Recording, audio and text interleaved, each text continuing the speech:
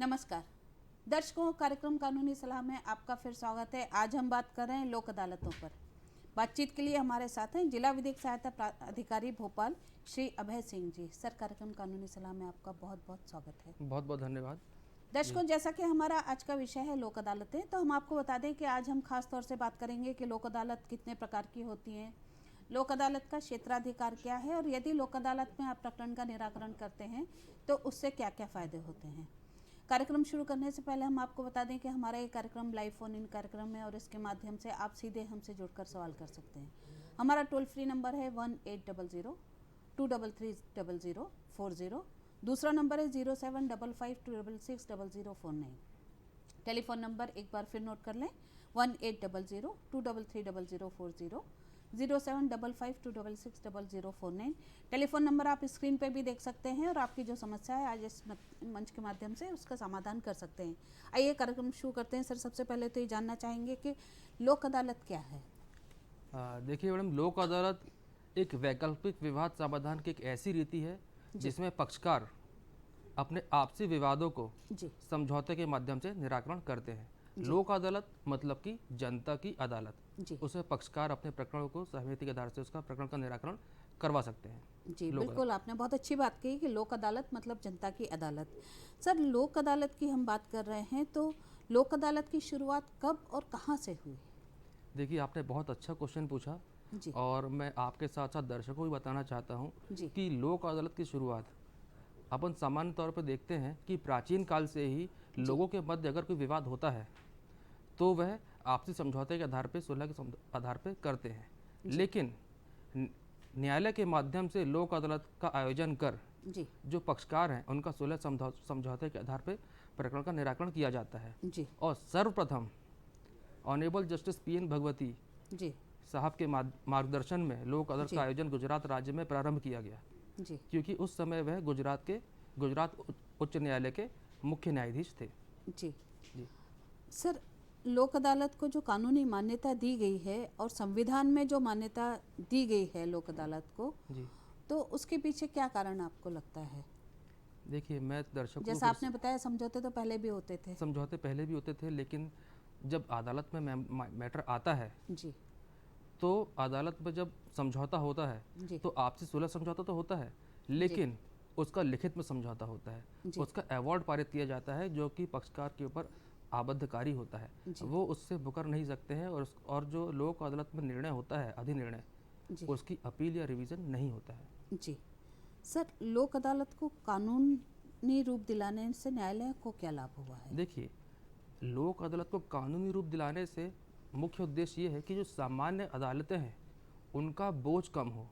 सिर्फ बोझ कम करना ही नहीं, बल्कि जो समाज के गरीब और ज़रूरतमंद व्यक्ति हैं उन तक न्याय की पहुंच सके।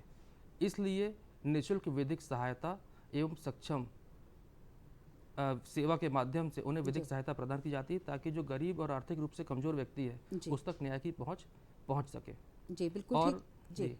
और सिविल प्रक्रिया संहिता 1908 की धारा 89 के अंतर्गत भी इसे शामिल किया गया। जी, जैसा कि आपने बताया कि इससे न्यायालय को क्या लाभ है, तो इसको लोक अदालत को कानूनी रूप कब दिया गया? देखिए, कब से ये प्रभावशील हुआ? लोक अदालत को कानूनी रूप विधिक सेवा प्राधिकरण अधिनियम 1987 को भारतीय संसद के द्वारा शामिल किया गया। ठीक है, उसमें फिर जो अपना उद्देश्य था उसका उद्देश्य यही था कि समाज के जो आर्थिक रूप से गरीब और जो किसी अक्षमता के कारण न्याय पाने से वंचित हैं उन्हें न्याय मिल सके, उनके अधिकारों का हनन ना हो और वो शांतिपूर्ण तरीके से और सुलभ और सस्ता न्याय उनको प्रदान किया जा सके। जी सर, हम जब लोक अदालत की बात करते हैं तो एक सवाल ये भी निकल के आता है कि लोक अदालतें कितने प्रकार की होती हैं? देखिए, मैं सभी दर्शकों को बताना चाहूँगा कि लोक अदालत मुख्यतः नेशनल लोक अदालत, स्थायी एवं निरंतर लोक अदालत, जेल लोक अदालत, मोबाइल लोक अदालत एवं लोकोपयोगी सेवाओं के लिए स्थायी निरंतर लोक अदालत का आयोजन किया जाता है। जी, जैसा कि आपने बताया कि लोक अदालत के काफ़ी सारे प्रकार हैं।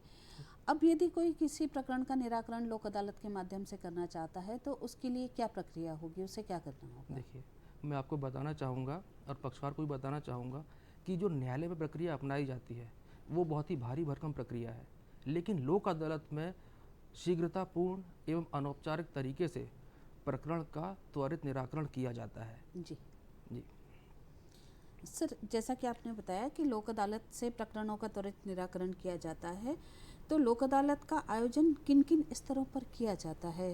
जो लोक अदालत का आयोजन राष्ट्रीय विधिक सेवा प्राधिकरण, जी, राज्य विधिक सेवा प्राधिकरण, जी, उच्च न्यायालय विधिक सेवा समिति, जी, जिला विधिक सेवा प्राधिकरण, जी, तालुका स्तर पर तालुका विधिक सेवा समिति के माध्यम से लोक अदालत का आयोजन किया जाता है। सर, जो लोक अदालत होती हैं तो उसमें किस तरह के प्रकरण लाए जा सकते हैं, किस प्रकृति के प्रकरण लाए जा सकते हैं? यदि कोई करवाना चाहे जी तो किस प्रकृति के प्रकरण? मैं दर्शकों को बताना चाहूँगा जी, कि लोक अदालत में समस्त प्रकार के दीवानी प्रकरण, जी, राजस्व प्रकरण जी, एवं ऐसे प्रकरण जो आपराधिक, जो राजीनामा योग्य है, जी, राजीनामा योग्य आपराधिक प्रकरण, श्रम न्यायालय से संबंधित प्रकरण, औद्योगिक न्यायालय से संबंधित प्रकरण को न्यायालय में रखा जाता है और पक्षकारों को लोक अदालत का लाभ आपसी समझौते के आधार पर प्रदान किया जाता है। तो सर, जैसा आपने बताया कि इन प्रकार के उनका निराकरण किया जाता है, तो लोक अदालत में किस तरह के मामलों का निराकरण किया जा सकता है यदि कोई पक्षकार कराना चाहे? देखिए, लोक अदालत में मुख्यतः दो तरह के प्रकरणों का निराकरण होता है। जी, एक वो प्रकरण जो न्यायालय में लंबित है, जी, मतलब पेंडिंग प्रकरण, जी, एवं दूसरे वो प्रकरण जो न्यायालय में अभी आए नहीं हैं जी, लेकिन भविष्य में लाए जा सकते हैं, जी, उन्हें अपन प्री लिटिगेशन प्रकरण कहते हैं। जी, इसीलिए अगर कोई पक्षकार अपने विवादों का निराकरण चाहता है, जी। अगर वो न्यायालय में लंबित है तो वहाँ पे भी समझौता करवा सकता है, और अगर कोर्ट में प्रकरण नहीं लाया गया है तो प्री लिटिगेशन के माध्यम से अपने प्रकरण का निराकरण कर सकता है। जी सर, सामान्यतः किस तरह के प्रकरणों का निराकरण लोक अदालत के माध्यम से किया जा सकता है? प्रायः पारिवारिक मैटर, जी, भू अर्जन से संबंधित प्रकरण, जी, और मोटर दावा दुर्घटना के जो प्रकरण, जो एक्सीडेंट के जो केसेस रहते हैं, जी, नेगोशिएबल इंस्ट्रूमेंट एक्ट के प्रकरण, चेक बाउंस के प्रकरण, जी, इन सब प्रकरणों को लोक अदालत के माध्यम से निराकरण किया जाता है। एवं आपराधिक वह प्रकरण रखे जाते हैं जो राजीनामा योग्य है, छोटे प्रकृति के प्रकरण का निराकरण लोक अदालत के माध्यम से किया जाता है। सर, जैसा कि आपने बताया कि लोक अदालत के माध्यम से काफ़ी तरह के प्रकरणों का निराकरण किया जाता है, तो यदि कोई पक्षकार को लोक अदालत से अपना प्रकरण का निराकरण करना है तो उसे जानकारी कैसे मिलेगी? क्योंकि लोक अदालत कब हो रही है, कैसे हो रही है, वो कैसे पता करेगा? ये आपने बहुत अच्छा क्वेश्चन पूछा, और मैडम आपको बताना चाहूँगा, साथ ही दर्शकों को भी बताना चाहता हूँ कि लोक अदालत का लाभ अधिक से अधिक लोगों को पहुँचे और अधिक से अधिक लोग लाभान्वित हों। जी, इसके लिए स्थानीय विधिक सेवा प्राधिकरण के द्वारा प्रचार प्रसार किया जाता है, जिसमें आयोजन की तिथि, दिनांक एवं अन्य आवश्यक कार्रवाइयों के संबंध में आयोजन तिथि के पूर्व ही अवगत कराया जाता है। और जी, आपको ये भी बताना चाहूँगा कि माननीय प्रधान जिला न्यायाधीश महोदय, अध्यक्ष महोदय के मार्गदर्शन में प्री सिटिंग बैठक का आयोजन किया जाता है, जिसमें विभिन्न विभागों के अधिकारियों, न्यायिक अधिकारियों की मीटिंग ली जाती है और लोगों को प्रेरित किया जाता है कि लोक अदालत में का आयोजन में लाभ लेकर के अपने प्रकरण को निपटाएं। और दूसरी चीज़ मैम ये भी बताना चाहता हूँ आपको, दर्शकों को, कि जो भी शासन स्तर पे जो भी छूट प्रदान की जाती है, जी, जैसे नगर निगम के संपत्ति कर है, जल कर है, एमपीबी के जो प्रकरण है, उनका निराकरण, प्री लिटिगेशन प्रकरण, उनका निराकरण अगर आप लोक अदालत में करवाते हैं तो उसमें आपको आकर्षक छूट प्रदान की जाती है।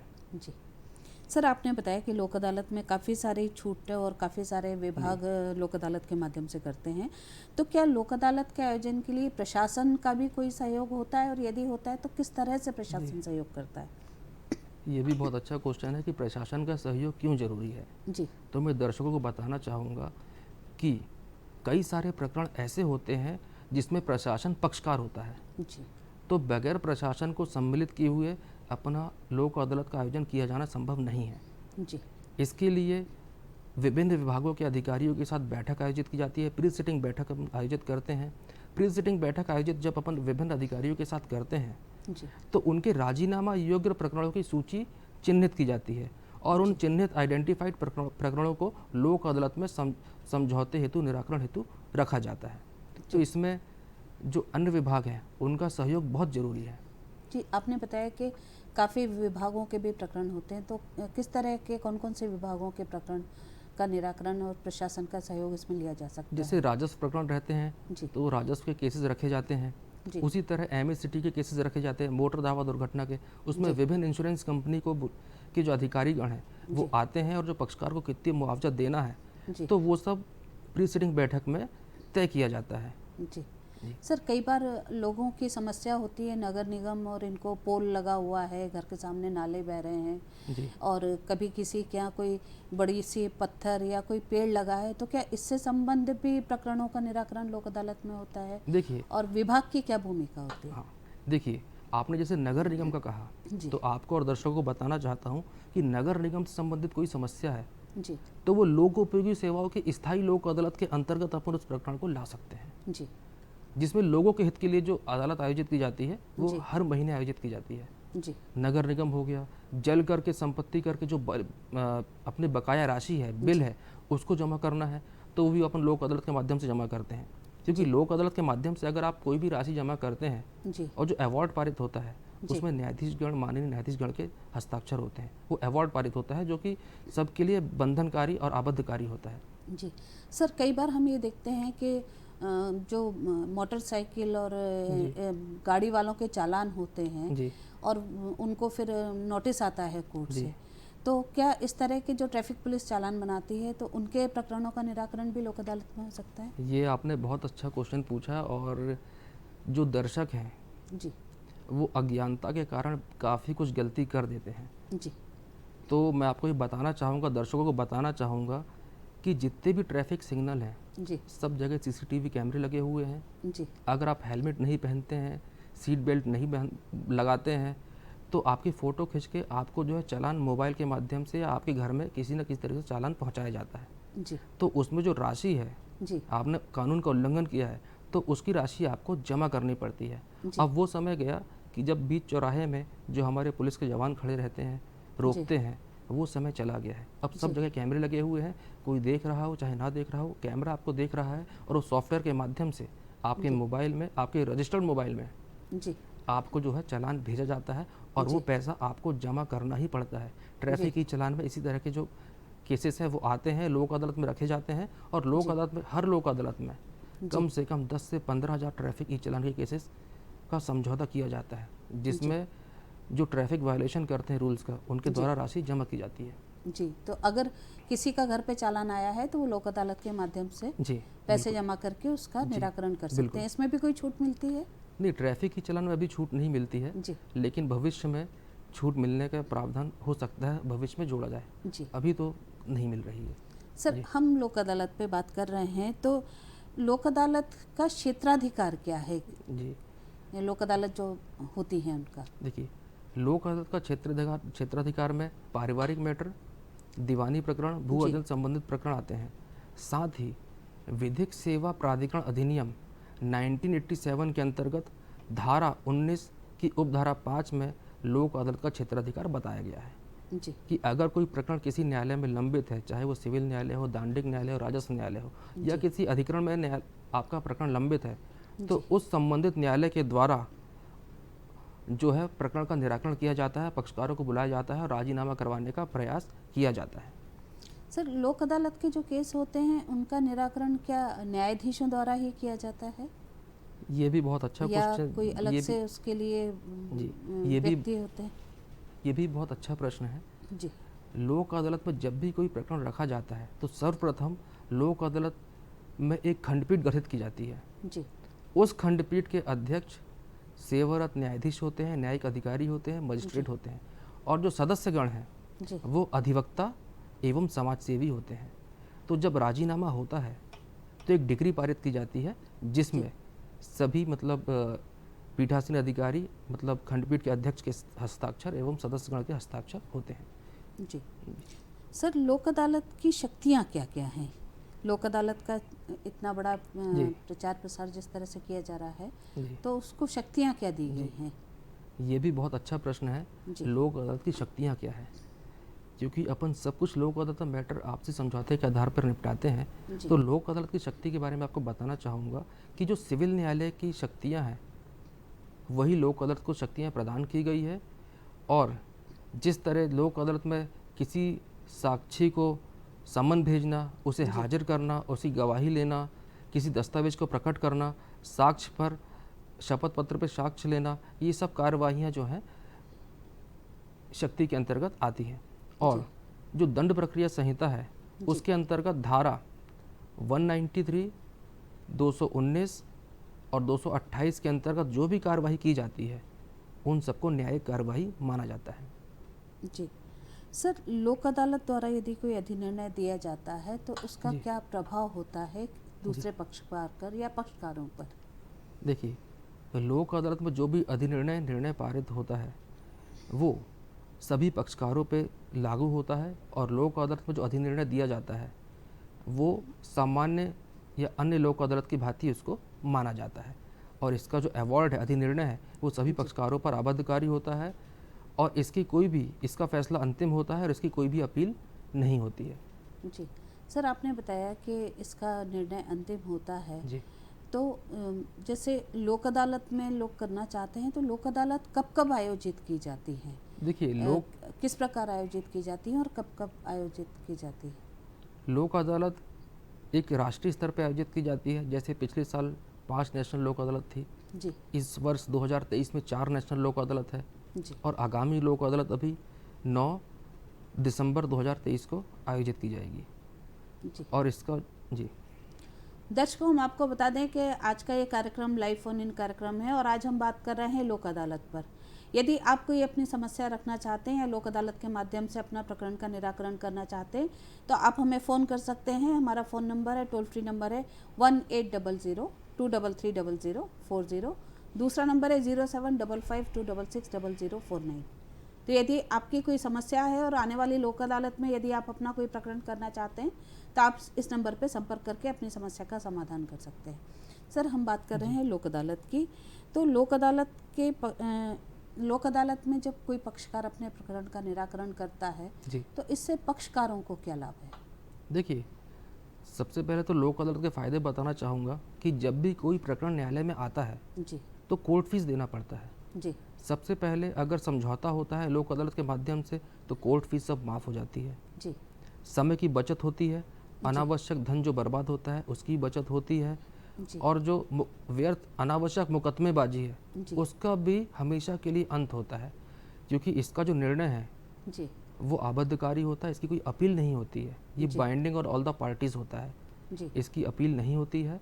और जो दो पक्षकारों के मध्य कटुता चली आ रही है जी। जब इसमें राजीनामा हो जाता है तो वो कटुता समाप्त होती है जी। और उन दोनों पक्षकारों के मध्य जो है संबंध मधुर होते हैं। जी सर, लोक अदालत के प्रचार प्रसार के लिए विधिक सेवा प्राधिकरण द्वारा क्या क्या कार्य किए जा रहे हैं? देखिए, लोक अदालत के प्रचार प्रसार के लिए हम लोग रेडियो, टेलीविज़न, न्यूज़पेपर में लोक अदालत का प्रचार प्रसार करते हैं। जो भी मॉल्स हैं और न्यूज़पेपर के माध्यम से प्रचार प्रसार करते हैं।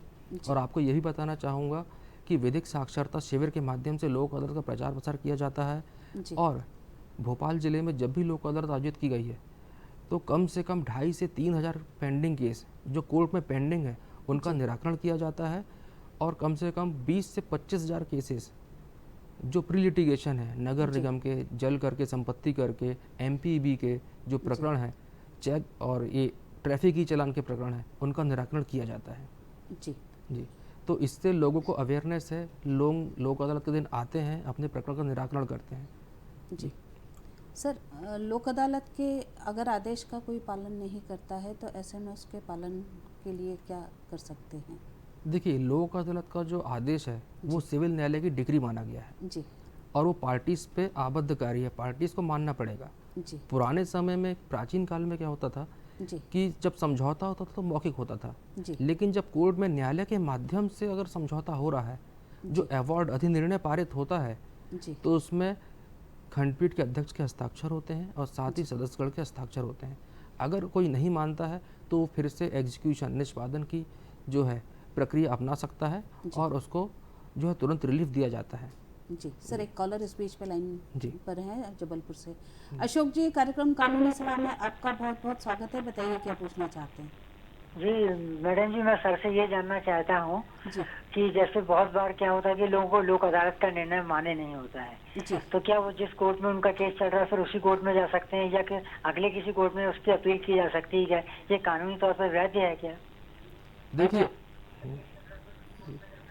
देखिए हाँ अशोक जी, आपका सवाल समझ में आ गया है, बताइएगा। जी देखिए, जैसा कि आपने बताया कि अगर कोर्ट से कोई जजमेंट हुआ है, अधिनिर्णय हुआ है, तो उसका पालन नहीं हो रहा है। देखिए, कोर्ट से अगर लोक अदालत का अधिनिर्णय हुआ है तो वो सिविल न्यायालय की डिग्री है और उसे अन्य न्यायालय का आदेश समझा जाएगा, तो उसका पालन करना तो आबद्धकारी है ही, वो करना ही पड़ेगा और उसके लिए अपील नहीं होती है।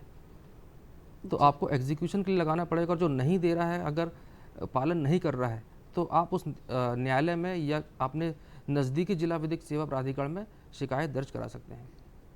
हाँ, इनका सवाल ये है कि यदि कोई पक्षकार उसको नहीं मानना चाहता है, नहीं मानता है, जी तो नहीं, अगर वो नहीं मानता है तो एग्जीक्यूशन के लिए अपन कोर्ट में आ सकते हैं निष्पादन के लिए, लेकिन उसको मानना ही पड़ेगा लोक अदालत के निर्णय को, अधिनिर्णय को, क्योंकि वो एक डिग्री क्योंकि है वो और एक उसने डिग्री है और वो लिखित में डिग्री है। लिखित में डिग्री है और जी। आपसी समझौते से दोनों ने जी। समझौता किया है। सर, लोक अदालत के बारे में लोगों में कितनी अवेयरनेस है?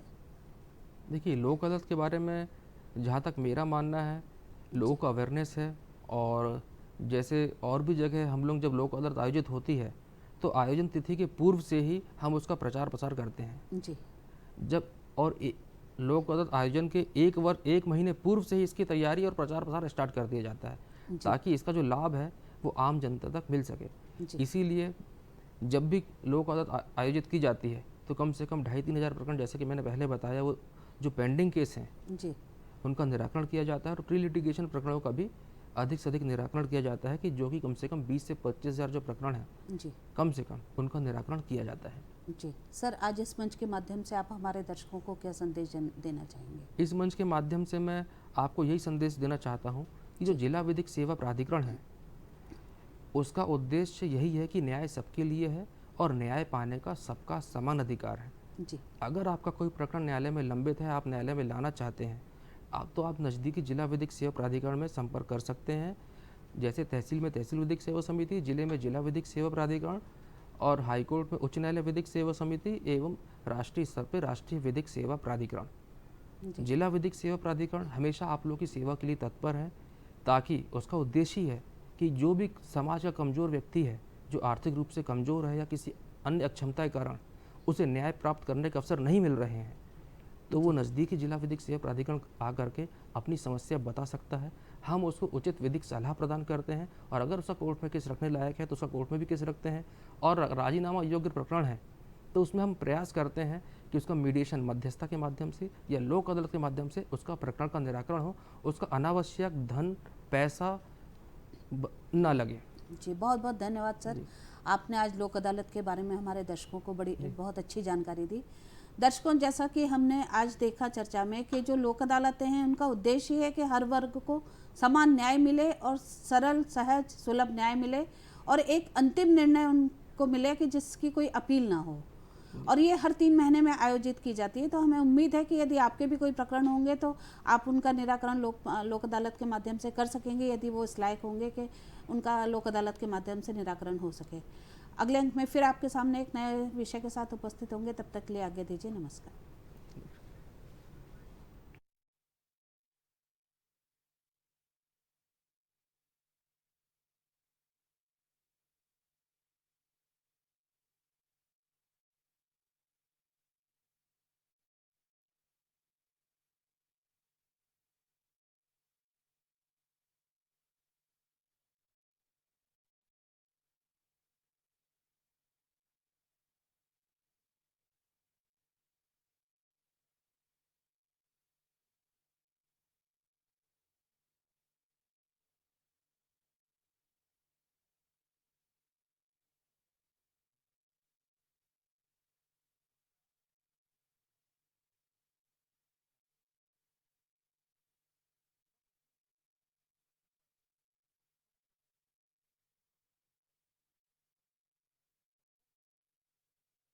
ओम नमः शिवाय। ओम नमः शिवाय। उज्जैन में अनेक धार्मिक, पौराणिक, ऐतिहासिक, शैक्षणिक एवं सांस्कृतिक स्थल मौजूद हैं, जो इसे पर्यटकों के आकर्षण का केंद्र बनाते हैं।